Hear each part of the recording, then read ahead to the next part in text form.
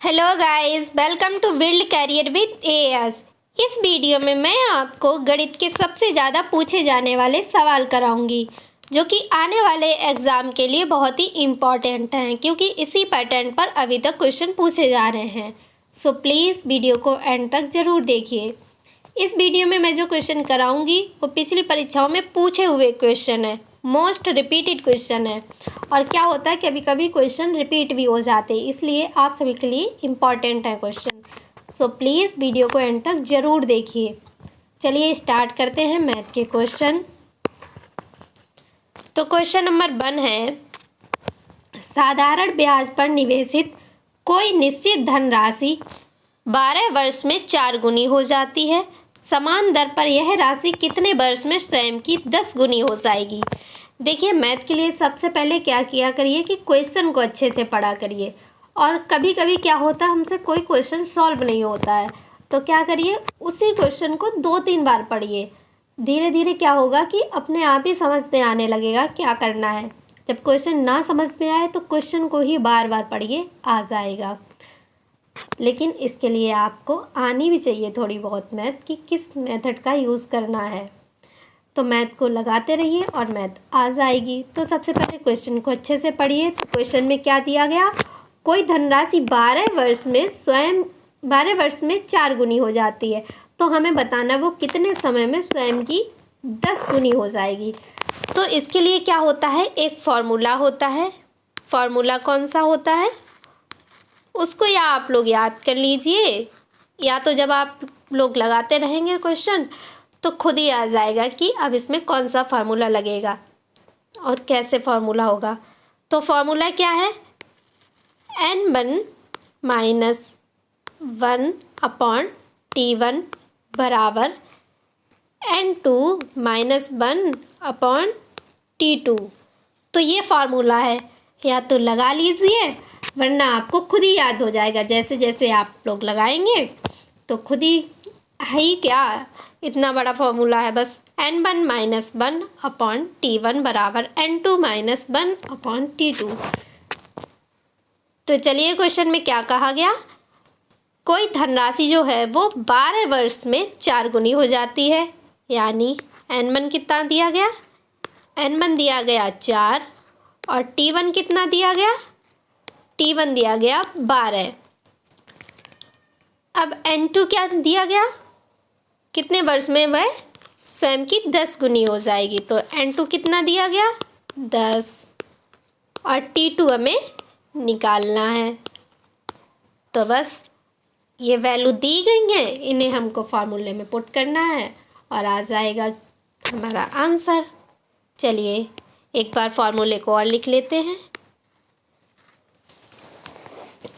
n1 - 1 upon t1 बराबर n2 - 1 upon t2।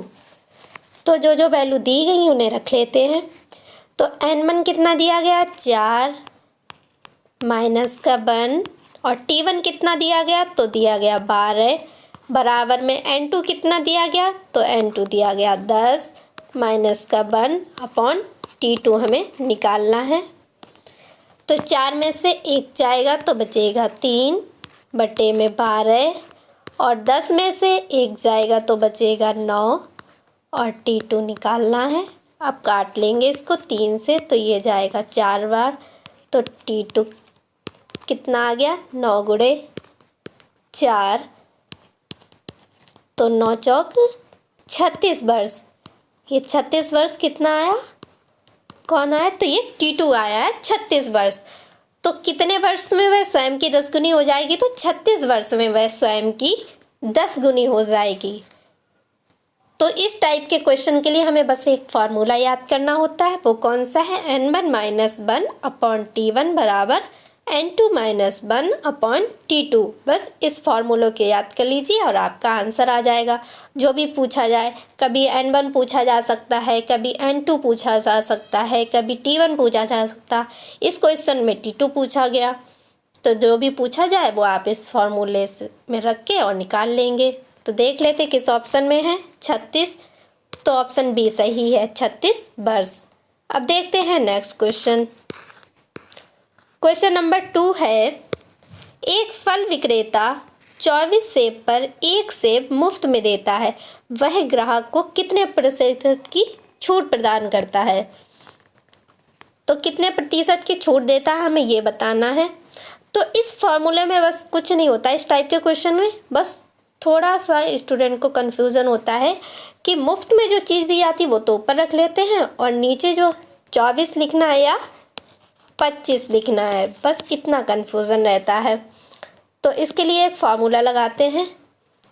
देखिए कुछ लोग क्या कहते होंगे कि हम कोई फार्मूला नहीं लगाएंगे और हमारा आंसर आ जाएगा, जबकि ऐसा नहीं होता है। हर कोई ना कोई तो मेथड, कोई ना कोई ट्रिक किसी बेस पे तो लगाते ही होंगे ना, तभी तो वो आता होगा। अब इसमें हम भी आपसे कह देंगे कि हम कोई फार्मूला नहीं लगाएंगे और हमारा आंसर आ जाएगा। देखिए वो भी कैसे। और अभी हम भी आपसे बोल रहे हैं कि इसमें हम एक फार्मूला लगाएंगे और हमारा आंसर आएगा। तो देखिए क्या फार्मूला लगाएंगे, छूट प्रतिशत का फार्मूला लगाएंगे। तो छूट प्रतिशत का फार्मूला क्या होता है, छूट में वस्तुओं की संख्या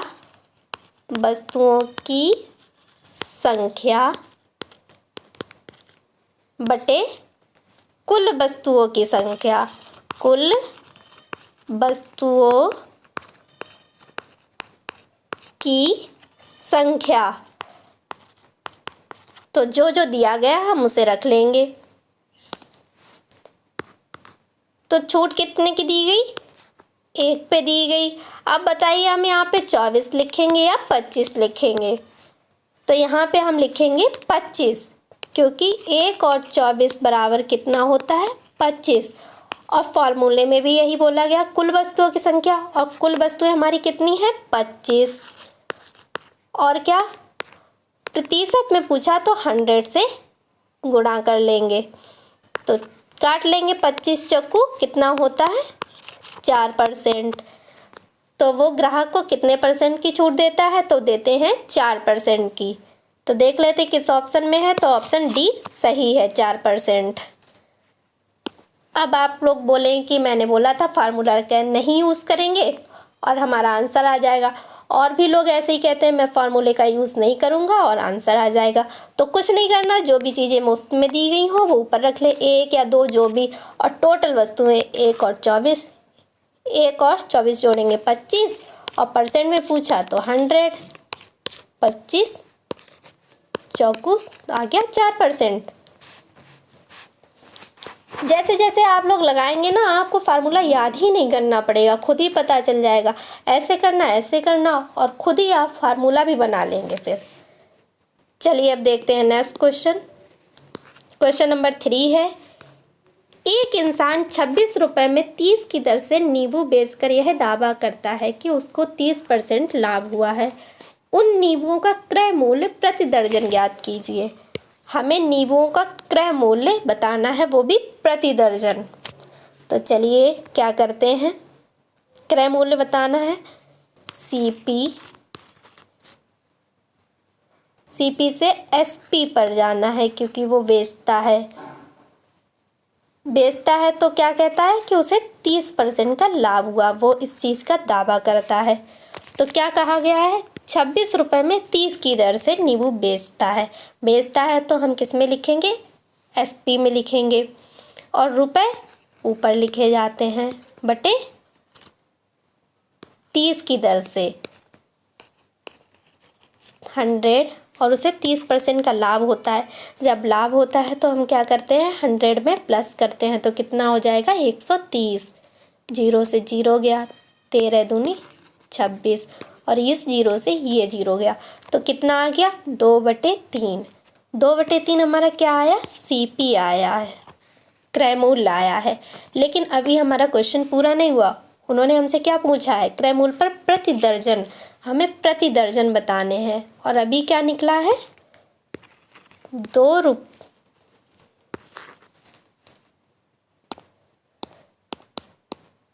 रुपये में 3 की दर से खरीदता है। तो कितना आया, 3 2, 3 की दर से 2 रुपये। तो हमें 12 रुपये 12 में बताना है ना, हमारी वस्तु कितनी 12। एक दर्जन में कितनी होती 12 वस्तुएं। तो 2/3 गुणे 12, 3 चक्कू 12, तो कितना आ गया 8 रुपये प्रति दर्जन आ गए। नींबुओं का क्रय मूल्य आ गया, कितना आ गया 8 रुपये। देख लेते किस ऑप्शन में है, तो ऑप्शन बी सही है।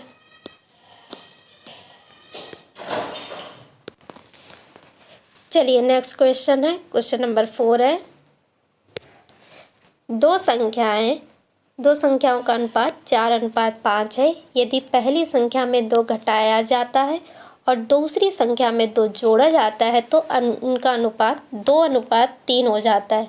दोनों संख्याओं के बीच अंतर क्या होगा? हमें उन दोनों संख्याओं के बीच का अंतर बताना है। तो चलिए मान लेते हैं 2 संख्याएं हैं। एक संख्या मान लेते हैं, अनुपात दिया गया, सबसे पहले अनुपात क्या दिया गया 4:5। तो संख्याएं मान लेते हैं, एक संख्या है 4x, दूसरी संख्या है 5x। अब क्या कहा गया क्वेश्चन में, पहली संख्या में 2 घटाया जाता, तो 4x पहली संख्या थी उसमें 2 घटा देंगे। और क्वेश्चन में क्या कहा है, दूसरी संख्या में 2 जोड़ा जाता है, तो दूसरी संख्या कौन सी थी 5x + 2, उसमें 2 जोड़ा जाता है, तब अनुपात कितना हो जाता है 2:3 हो जाता। अब क्या करेंगे, क्रॉस मल्टीप्लाई कर लेंगे, तो कितना हो जाएगा 12x - 6 बराबर 10x + 4। 10x को इधर ले आएंगे,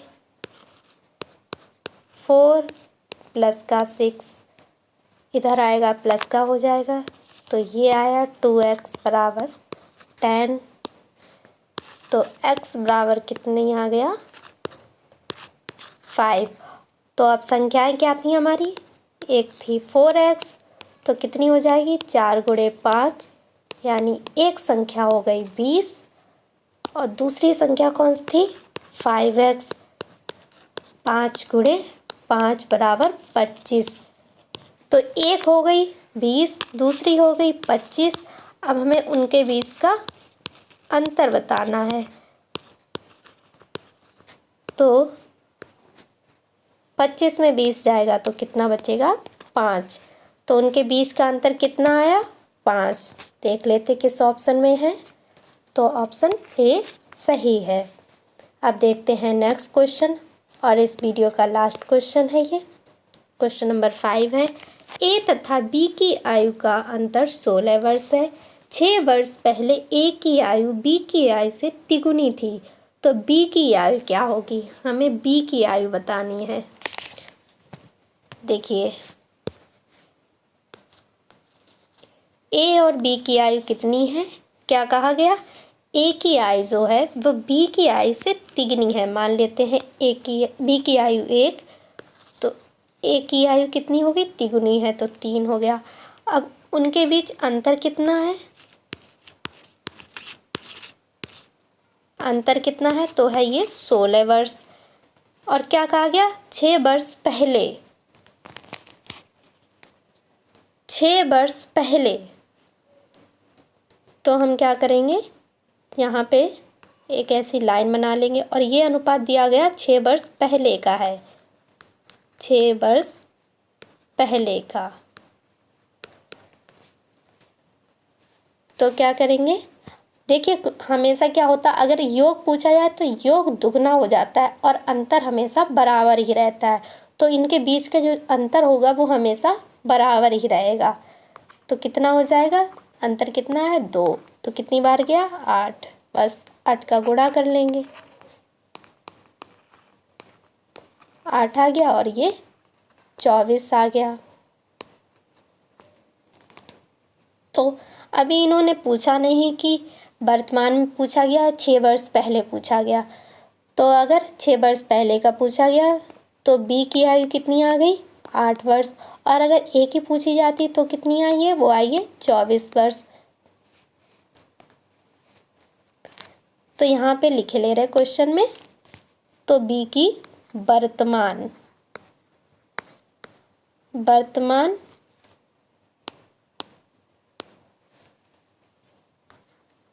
आयु। तो वर्तमान के लिए हम बी में क्या करेंगे, 6 जोड़ देंगे। बी की आयु कितनी आई थी, 8 वर्ष, उसमें 6 जोड़ देंगे तो कितनी आ जाएगी, 14 वर्ष। तो देख लेते किस ऑप्शन में है, तो ऑप्शन सी सही है, 14 वर्ष।